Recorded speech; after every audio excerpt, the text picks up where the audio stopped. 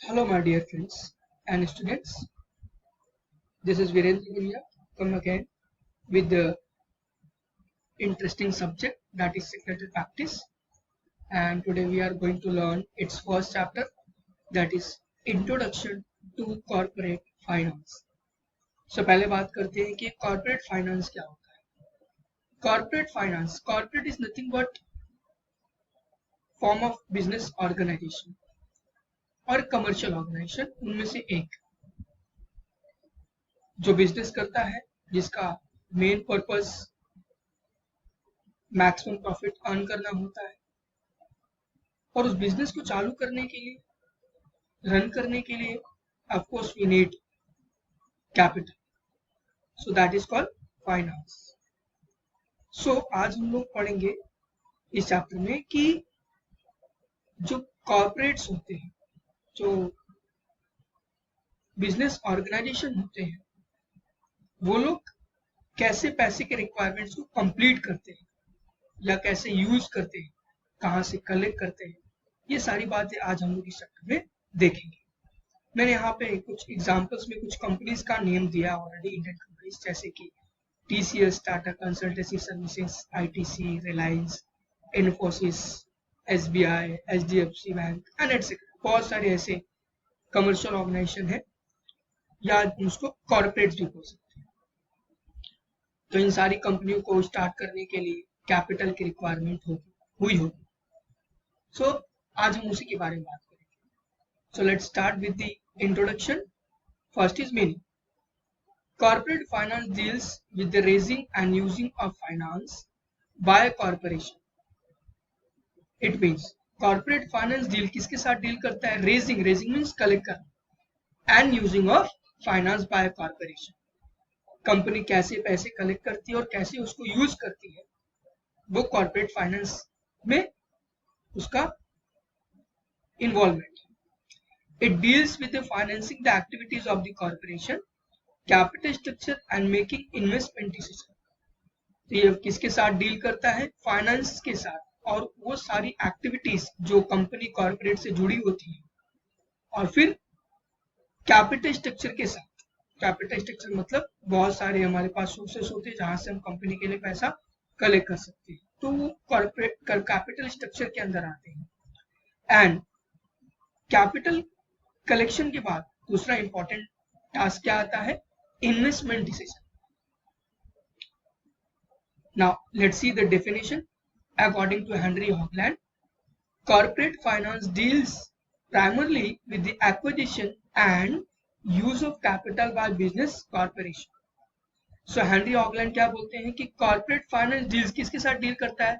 Primarily means पहले किसके साथ? With the acquisition. Acquisition is nothing but collection and use of capital by using corporation. मतलब corporate या companies या business organisation पहले क्या करते हैं? कैपिटल एक्वायर करते हैं, इन शॉर्ट कलेक्ट करते हैं, एंड फिर उसको कैसे यूज करना है बिजनेस में, ये कॉर्पोरेट्स का काम होता है. ये बहुत अच्छे से हेनरी हॉगलैंड ने ये डिफाइन किया है. Now the finance manager of any corporation has to ensure that. Finance manager हर कंपनी में होते हैं, तो फाइनेंशियल मैनेजर का ये काम होता है कि कंपनी में जो भी फाइनेंस होते हैं, कैपिटल होते हैं, उनको हमको कैसे सिस्टम के तरीके से या सिस्टमैटिक यूटिलाइजेशन करना चाहिए, पैसे के साथ, कैपिटल के साथ और फाइनेंस के साथ. So let's see. First point is the firm has sufficient finance. कोई भी काम करने से पहले फाइनेंस मैनेजर को देखना चाहिए कि कंपनी के पास, कॉर्पोरेट के पास सफिशिएंट पैसा या कैपिटल होना चाहिए. Second, they are using the right source of funds that have minimum cost. Business के लिए पैसा तो चाहिए, उसका सही जरिया भी चाहिए, कहां से पैसे कलेक्ट करना है, लेकिन कम से कम खर्चे में. जैसे कि सपोज किसी कि अगर हम बैंक से पैसे लेते हैं, लोन लेते हैं, या किसी और अनदर इंस्टीट्यूशन से लोन लेते हैं, तो हमको दोनों में कंपेयर करके देखना है. हमको मतलब फाइनेंस मैनेजर को ये कंपेयर करके देखना है कि दोनों में से कौन सा जरिया कंपनी के लिए अच्छा रहेगा, जहां से पैसे कलेक्शन करने में आसानी भी हो और कम कॉस्ट में हमारा, मतलब कम एक्सपेंस में हमारा कलेक्शन भी हो जाए. Third one is the firm utilises raise funds effectively. तीसरा ये भी देखना है फाइनेंशियल मैनेजर को कि वो जो भी पैसे कलेक्ट किया है वो उसको कैसे मैक्सिमम तरीके से अच्छे से क्या कर सके, यूटिलाइज कर सके। In short we can say the maximum utilisation of financial activities. They are, next one is they are generating maximum returns of its owner. And last one उसको ये भी ध्यान देना है कि उसने जिससे पैसे कलेक्ट किए हैं या वो जिस काम के लिए पैसे लिया है या जो लोगों ने उनको पैसा कंपनी को दिया है उन सारे लोगों को एक अच्छा रिटर्न देना है। अगर कंपनी उनको अच्छा रिटर्न देगी तो वो अपना पैसा और कंपनी में क्या करते हैं, इन्वेस्ट करते हैं, जिससे कंपनी का जो प्रोडक्टिविटी होता है वो डे बाय डे इंक्रीज होते रहता है। Now will go to next slide. The following two decision are the basis of corporate finance. अभी दो बहुत ही इंपॉर्टेंट बेसिस है और मुझे ऐसा लगता है कि ये पूरे चैप्टर का समराइजेशन है।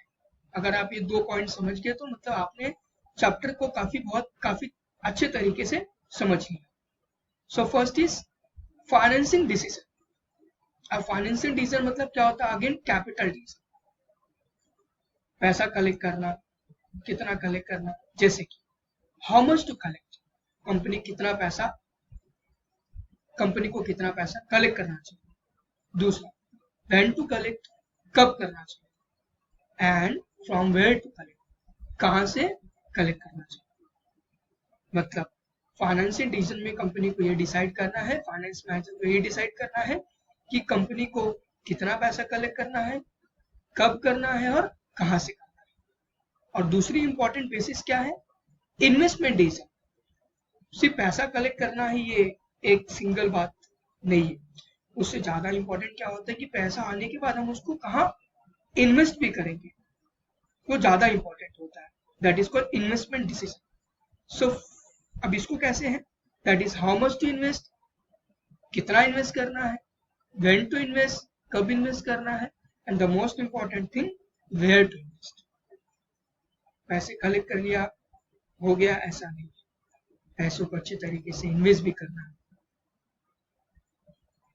तो ये कहाँ करना है, कब करना है और कैसे करना है, ये भी ज्यादा इंपॉर्टेंट है। Now will see the importance of corporate finance, कि कॉर्पोरेट फाइनेंस के क्या क्या इंपॉर्टेंस है। पहला, it helps in decision making, ये कंपनी को किसी भी डिसीजन को लेने में उसकी हेल्प करता है। अगर आपके पास पैसा है तो बिजनेस का कोई भी डिसीजन हम ले सकते हैं। Next, it helps in raising capital for a project, ये हमको हेल्प करता है कंपनी को कैपिटल को रेज करने में, और रेज करने के बाद हमको अपने किसी प्रोजेक्ट पे अच्छा काम करने में। Next, it helps in research and development. Yes, research and development is only possible because of capital. अगर आपके पास पैसा है, फाइनेंस है, तो ही आप कोई रिसर्च और डेवलपमेंट अपनी कंपनी के लिए कर सकते हैं। अगर आपके पास फाइनेंस नहीं होगा तो आप कंपनी के लिए कोई भी रिसर्च और डेवलपमेंट नहीं कर सकते हैं। Next one, it helps in smooth running of business. Of course अगर आपके पास फाइनेंस अच्छी मात्रा में होगा तो आप बिजनेस को बहुत अच्छे तरीके से चला सकते हैं, आप लोगों के साथ कंपटीशन कर सकते हैं मार्केट में, आप अपने बिजनेस को अच्छे तरीके से मेंटेन कर सकते हैं। Next, it brings to coordination between the various activities, ये कंपनी में जितने भी एक्टिविटीज होते हैं, जितने भी डिपार्टमेंट्स होते हैं, उसमें एक अच्छा कोऑर्डिनेशन मेंटेन करता है।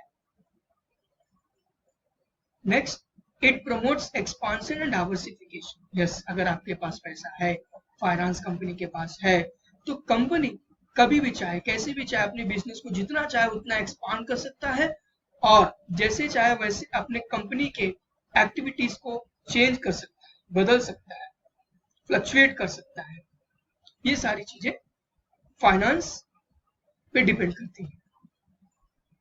मैनेजिंग रिस्क, मैनेजिंग रिस्क क्या होता है, ऑफ कोर्स अगर हमारे पास पैसा हो तो हम लोग किसी भी रिस्क से लड़ने के लिए तैयार रहते हैं और हम लोग उसे अच्छी तरीके से, जो भी आने वाला रिस्क है हम उसको फेस कर सकते हैं, जैसे कि कंपटीशन, कोई समथिंग लॉस, गवर्नमेंट की पॉलिसी चेंज हो गई, तो उस समय पे अगर हमारे पास फाइनेंस अगर बड़ी मात्रा में है तो हम अपने रिस्क को कम से कम कर सकते हैं।